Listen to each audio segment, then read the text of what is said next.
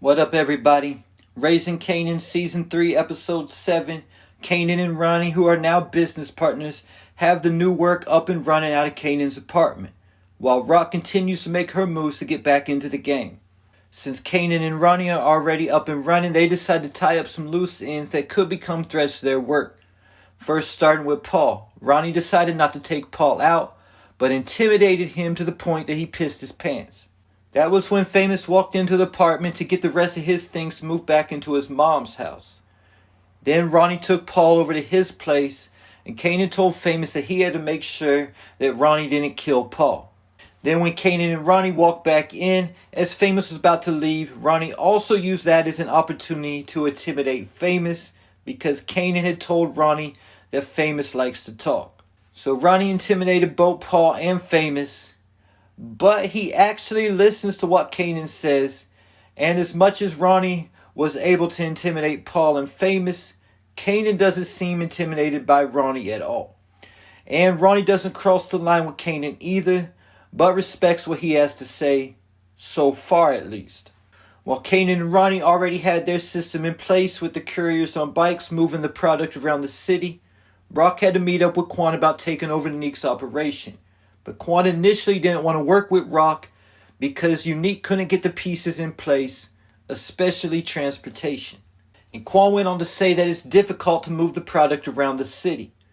This is showing why Snaps and Ronnie chose Kanan, because he's moving the product around the city low-key, no problem at all, through kids on bikes.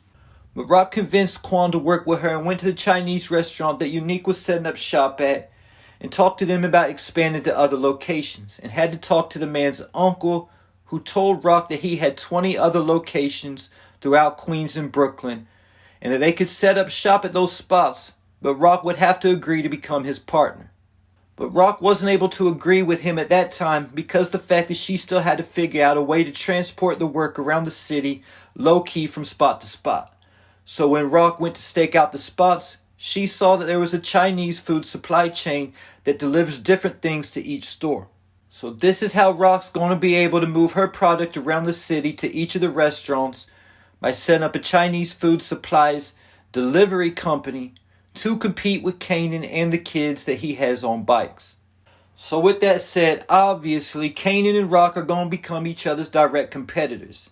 And the episode 7 trailer shows Quan telling Rock that they have competition, and that she needs to make an example out of whoever this is.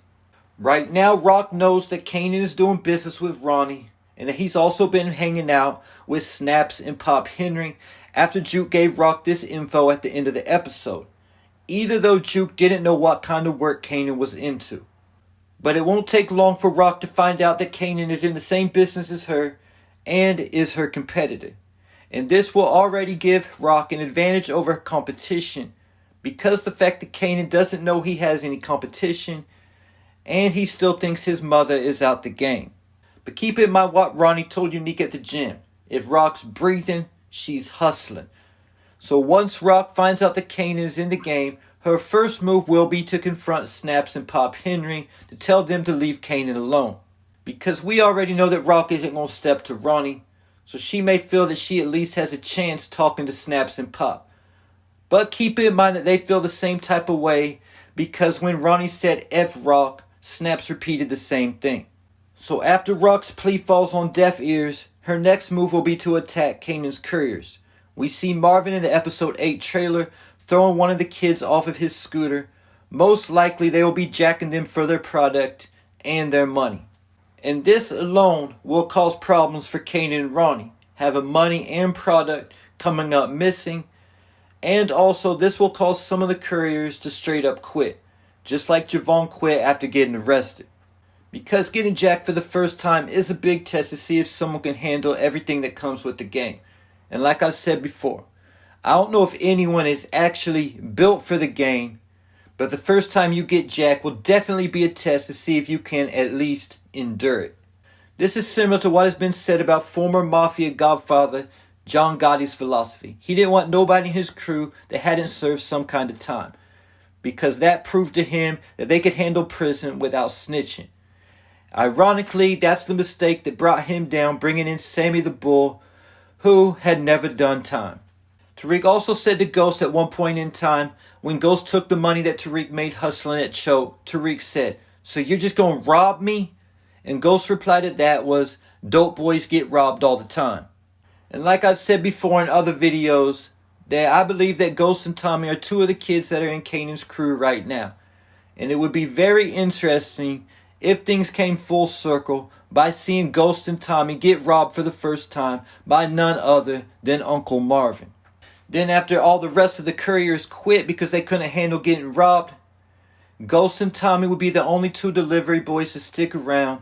And this could be how Kanan, Ghost, and Tommy begin building their relationship.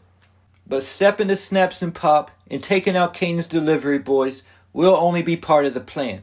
But Rock will luck up by getting some info about who is supplying Kanan and Ronnie's operation. Then dead their whole operation by cutting off their supply.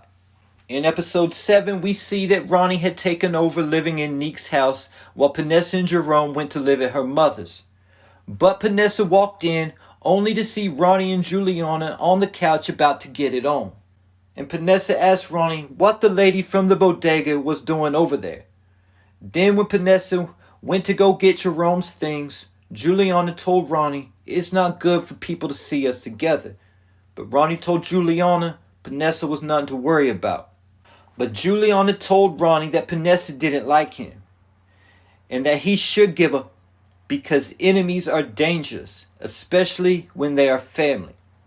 Because of this, Ronnie showed up at Panessa's mother's house and tried acting like he was concerned for her and Jerome. So because of all this, I think Panessa will go talk to Rock again, probably at this point knowing that Ronnie was the one who got rid of Unique. Then when Panessa tells Rock all the details and says Ronnie was kicking it with Juliana, Rock will put 2 and 2 together and figure out that Juliana is supplying Ronnie and Kanan's operation.